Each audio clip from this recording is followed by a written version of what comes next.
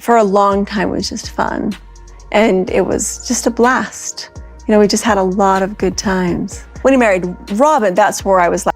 As sunlight streamed warmly into the warm kitchen of her Salt Lake City home, Christine Brown sat in silence, cradling a steaming cup of tea. Quietness around her felt serene, not empty for the first time in years, but she knew all too well calm follows. The storm for so long, Christine had been silent while sister wives aired tense stares and uncomfortable moments at dinner tables.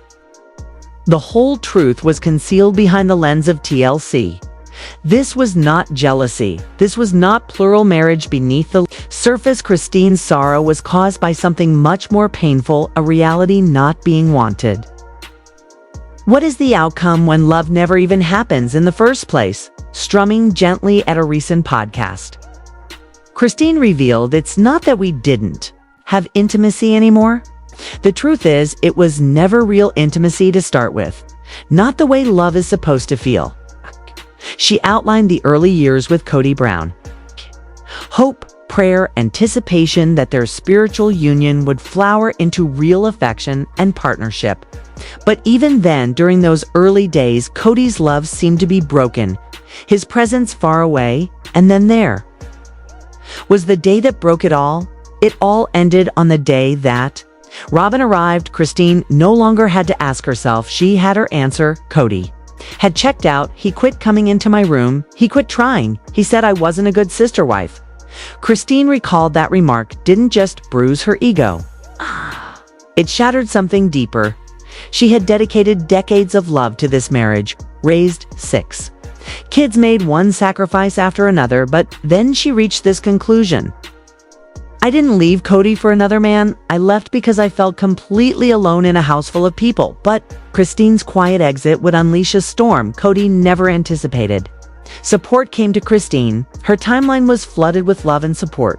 Her strength was admired by fans. Kody, the former mighty patriarch of a spiritual empire, meanwhile, was going down at home with Robyn and his large Flagstaff dwelling. Kody paced the floors in rage. In an unreleased confession, he erupted. They're all turning against me. Christine's lying about our relationship. Janelle is brainwashing the kids. And Meri, she's just waiting to cash in on a tell-all behind the scenes. Kody's world and grip fell apart. Network insiders reported that Kody became increasingly more unreasonable to deal with. He would only film if the camera made him look good. He even threatened to sue the producers for censorship. And then came the most unexpected twist. Kody accused Christine of trying to publicly destroy him. He said she had a new beau and had monetary reasons. She wants sympathy. He growled, she's playing the victim to get attention. But the truth, Kody wasn't angry. He was breaking apart the kingdom he had constructed on control, image, and sameness was crumbling. And this time, he couldn't silence the others. And just when it appeared the drama had hit its peak, Meri and Janelle were heard with a shocking and bold gesture. The two ex-wives went onto social media side by side. They sipped from coffee cups on Janelle's sunny patio, looking calm but determined. Janelle broke the silence. We stayed quiet for years now, Kody says. We're after his money. It's laughable. Meri nodded in agreement, adding, I gave up a decade of financial freedom to support the family's dream, and now he acts like we're trying to steal from him. Then Janelle dropped the bombshell that changed everything, stretching across to her. Janelle picked up a weighty manila folder. What was inside? Copies of title deeds at Coyote Pass. She waved them in front of the camera. Money talk, Kody. Let's talk about how you only have a legal entitlement to one of these pieces. That snippet went viral. Fans paused, replayed, and dissected every frame, every page, every phrase. The fantasy had worn off, and reality was revealed. The truth finally came out, and it shook everything. Robyn Brown, the ex-Leal wife by choice, had unknowingly been the primary beneficiary of Kody's covert asset transfers. As the other wives received leftovers, Kody was now accusing them of seeking what he had already taken from them. In the midst of the devastation sat Robyn, alone, scared, imprisoned in the ruins of a spiritual ideal. masquerading as plural marriage, who was once paraded as the queen of Cody's so-called kingdom, was now the sole wife remaining in an empire that had ceased to exist, but behind the closed doors, Robyn was disintegrating. It's what happens when the sole remaining one begins questioning everything, according to accounts by crew members. Robyn would disintegrate between filming, she cried. In one of the confessional interviews, her voice trembling, "This isn't what I signed up for. He's not thinking about love anymore. It's taken over by control, proving them wrong, proving something she had begun quietly tracking their finances herself." Rumors circulated that she discovered hidden bank accounts Cody had opened and used without her knowledge to a close family friend. She reportedly said, "I don't even recognize him anymore. He doesn't hear me. I'm invisible. All he does is rage." For the first time in years, Robyn began dreaming of a life without Cody, but she understood also her role. She was the legally wedded and sole strand preventing Cody from complete financial ruin, and he did recognize it while Cody clung to a collapsing story. Christine was writing a new one. Christine's existence had become utterly transformed for the better. She married construction tycoon David Woolley in an exquisite private ceremony in Utah, following more than a year of secret dating, no photographers, no crews, just family rehabilitation and happiness. Her daughter truly escorted her down the aisle with pride. All of Christine's 6 children were there. Janelle sat in the front row. Meri penned a personal letter by hand. Even Michael T. and Aspen had something sweet to say about watching their mother really loved for the first time after the wedding. Christine told People magazine, "I waited years for someone to choose me, not put up with me, not share me, just choose me." When asked to comment on Cody's accusations, betrayal, greed, manipulation, she just smiled and said, "He can keep the money. I kept my dignity." At the same time. Our relationship is over, but we both still live in Flagstaff. Yeah, there's not been an official divorce. I don't know how to get one, and I don't need one. Cody's story was slipping out of his hands. Season 20 of Sister Wives will mark the final chapter of the show with Kody Brown at the center, TLC insiders revealed. This series is undergoing a major rebrand, shifting focus to the journeys of the ex-wives. Christine's new marriage, Janelle's independence, Meri's growing business empire, and even the children stepping into adulthood, and Cody. He's staying in Flagstaff alone, bitter, struggling to control a narrative that no longer features him as part of it. At one of his final filmed interviews, Cody growled, "They were never sister wives, they were rebels, only I saw the truth." And behind those words, a life built on control was disintegrating inside the once luxurious Flagstaff home.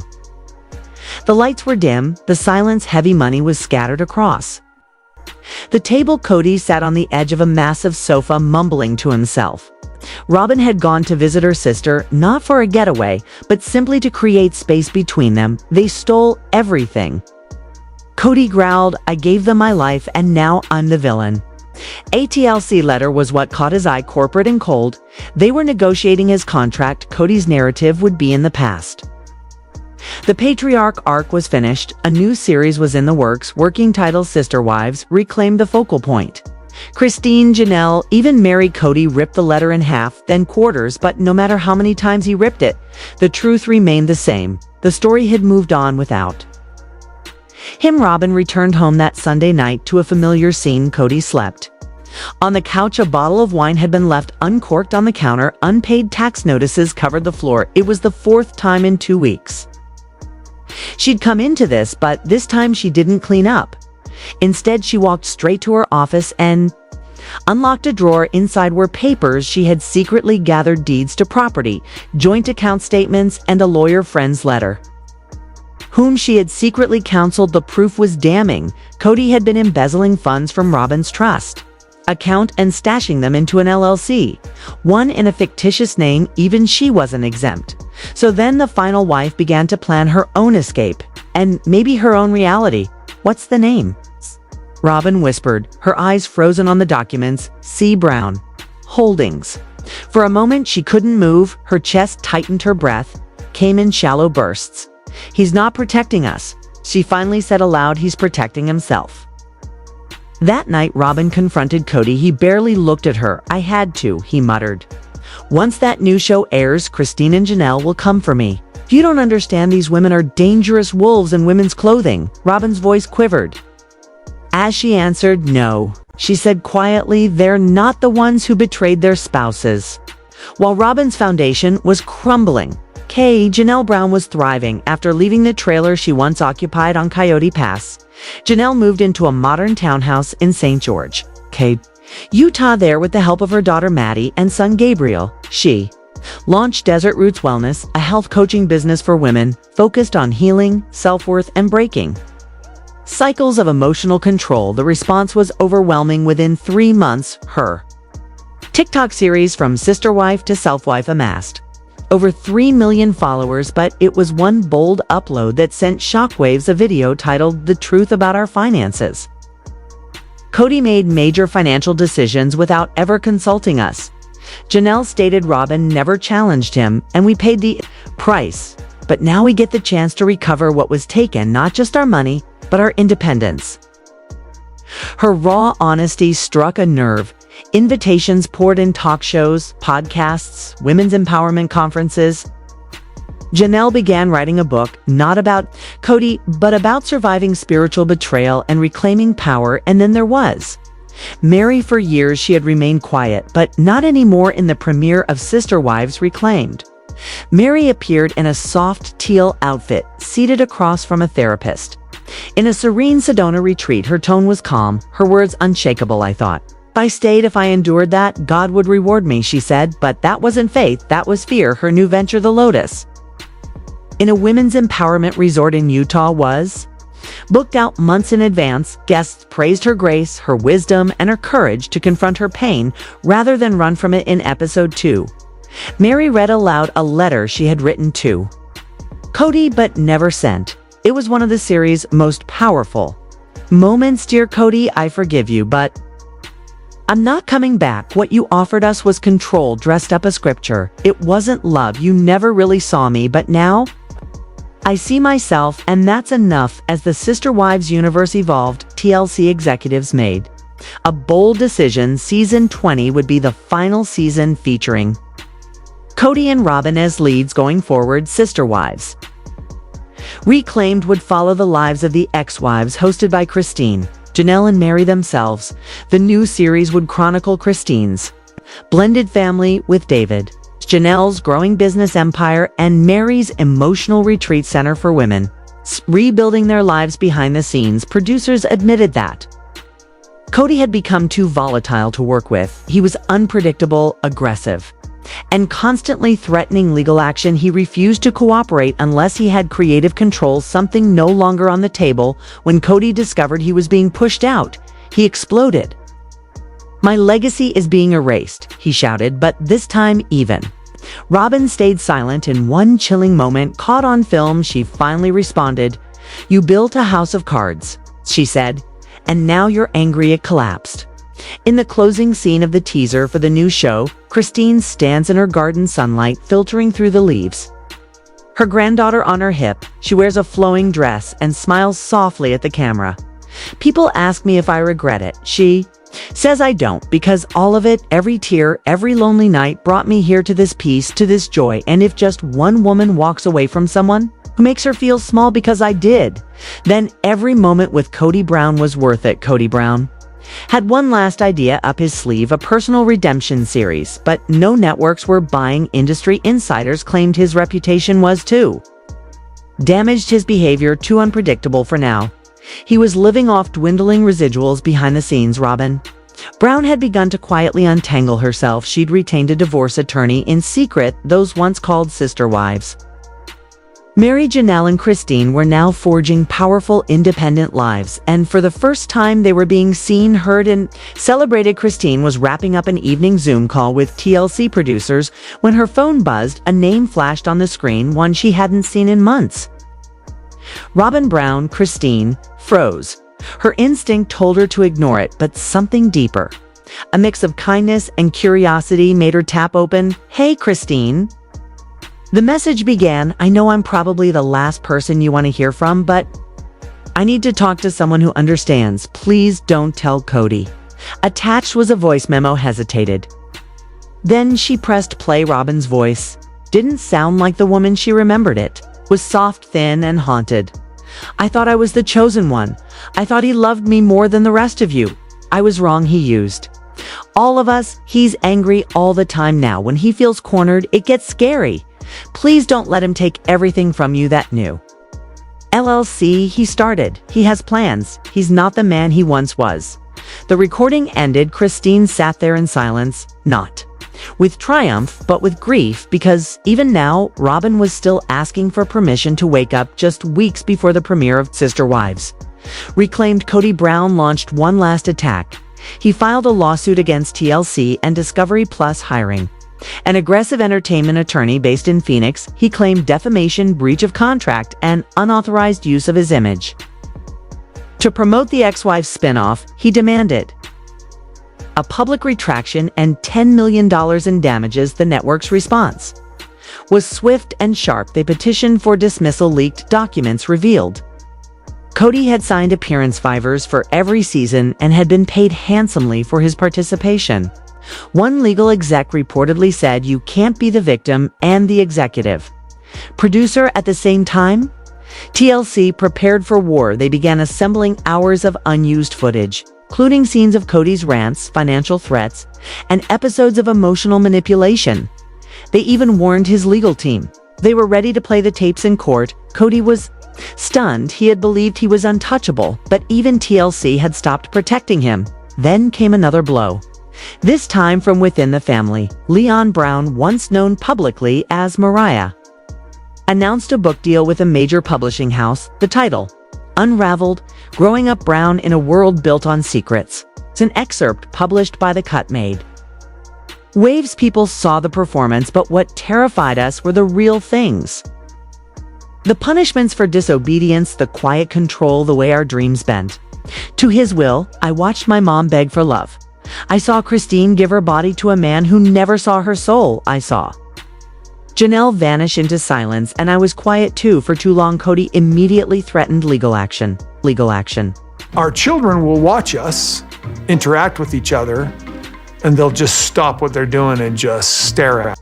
But Leon's lawyers responded with a devastating open letter. The truth does not belong to Kody Brown. What he fears most is that others will finally tell it. Christine and Janelle issued statements of unwavering support, calling Leon's courage a breakthrough for every child who grew up unseen. Even Robyn unexpectedly liked the post.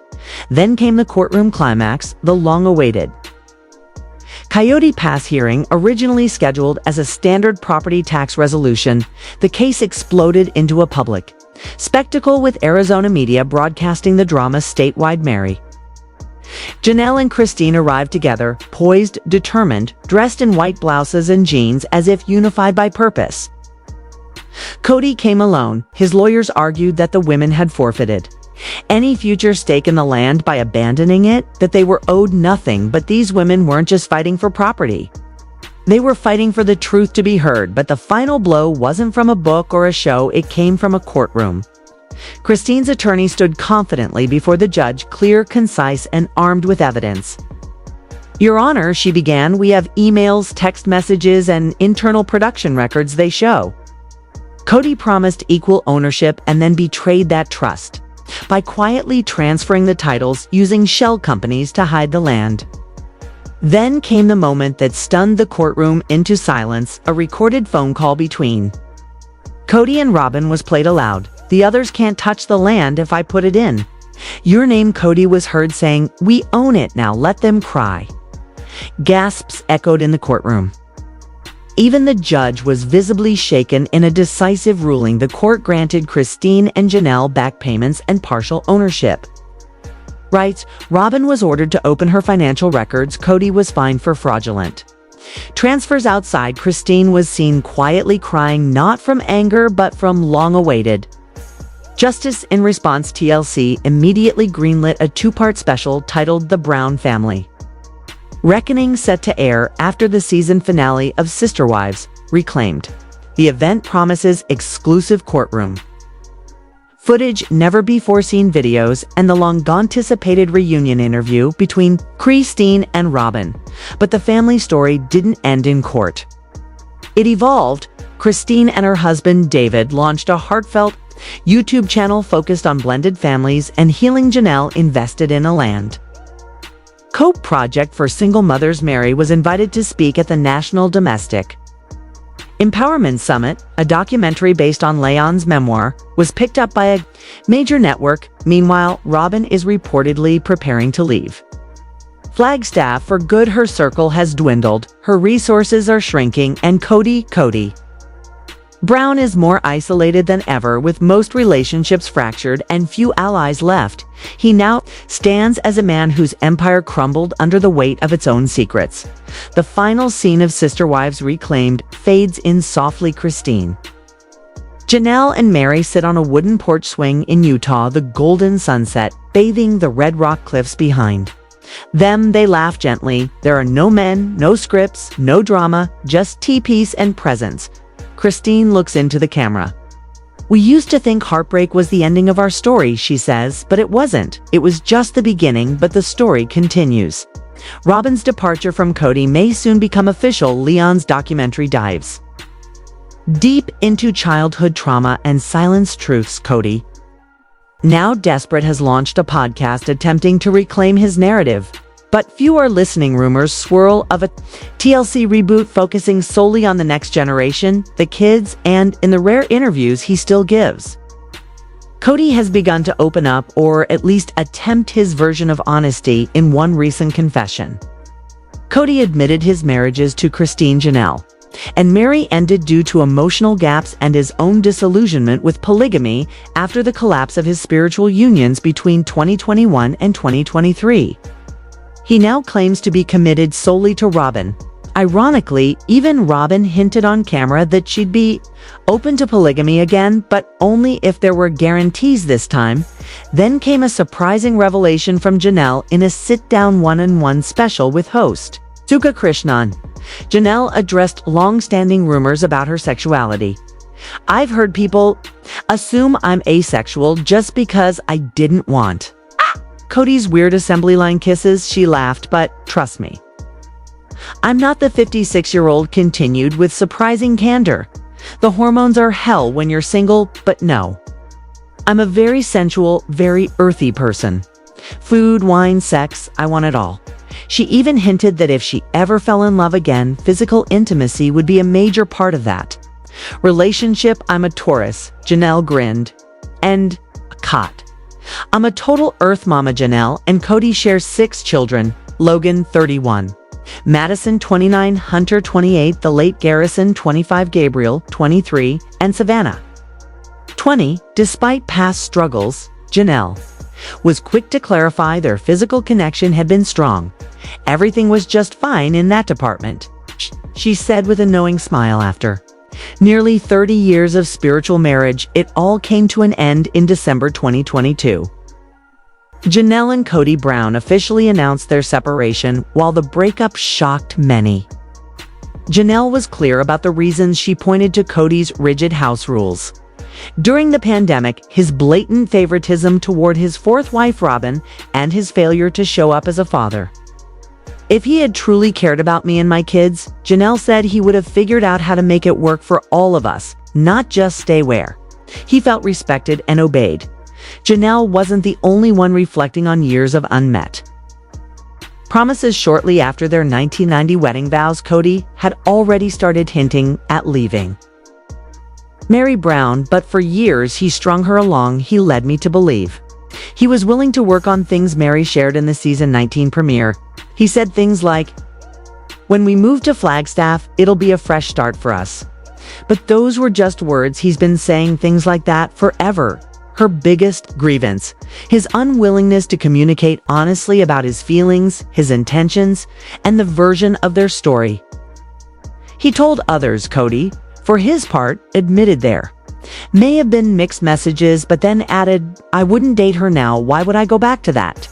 When Meri finally ended the relationship in early 2023, her friends didn't hold back. "It's about time," they told her, and Meri agreed. "If I leave, I become the one walking away, not him. That way he doesn't have to be the bad guy. Cody, meanwhile, was ready to abandon a dream literally years after the family had purchased 14 acres of land in Flagstaff, Arizona, with plans to build a shared compound. Cody admitted he was ready to give up. We can't build unless we pay the full $820,000. He told Robyn, I'd almost rather sell it and start over somewhere else. Robyn was stunned. I can't talk about that. She said, that's not where I'm at. While Cody spiraled. Janelle had already moved on emotionally and mentally. We just started to grow apart, she said, but it was his role as a father that truly sealed it for her. I watched his relationship break down with our kids. Janelle revealed, speaking of Logan, Madison, Hunter, the late Garrison, Gabriel, and Savannah, and he didn't fight to fix it. That's when I knew I couldn't stay, even when Cody brought up reconciliation in a later episode. Janelle didn't budge. How could I ever reconcile with someone who's abandoned our kids? She asked. I'll always choose my children. Cody didn't deny the rift, but he deflected. I don't fit in that family anymore, he said in the September 15th episode. My relationship with most of my kids is barely there. He still lives with Robyn and their 5 children. Dayton, Aurora, Brianna, Solomon, and Ariella. But even their relationship isn't stable. We're doing worse than we've ever done in our marriage, Robyn admitted in the season 19 premiere. Even though theirs was the only monogamy relationship in the family, it was strained. Things are tough between us, she confessed. Cody's confused. He doesn't know whether to blame himself or the other women. She often wonders, am I next? Is he going to reject me too? Cody, overwhelmed by loss, seemed to spiral further.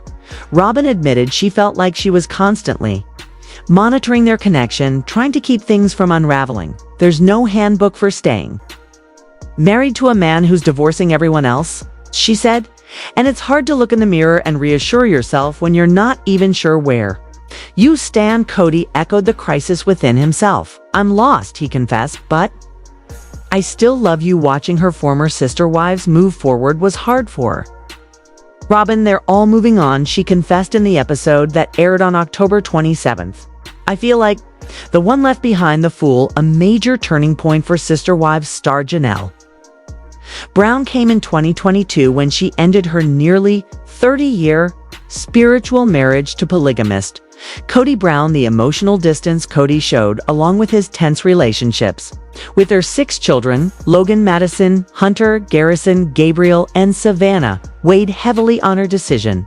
Janelle valued her independence within the polygamous lifestyle, but believed Cody's obvious favoritism toward his 4th wife, Robyn, and lack of involvement in her family made the marriage impossible to sustain. By the time Christine left Cody in 2021,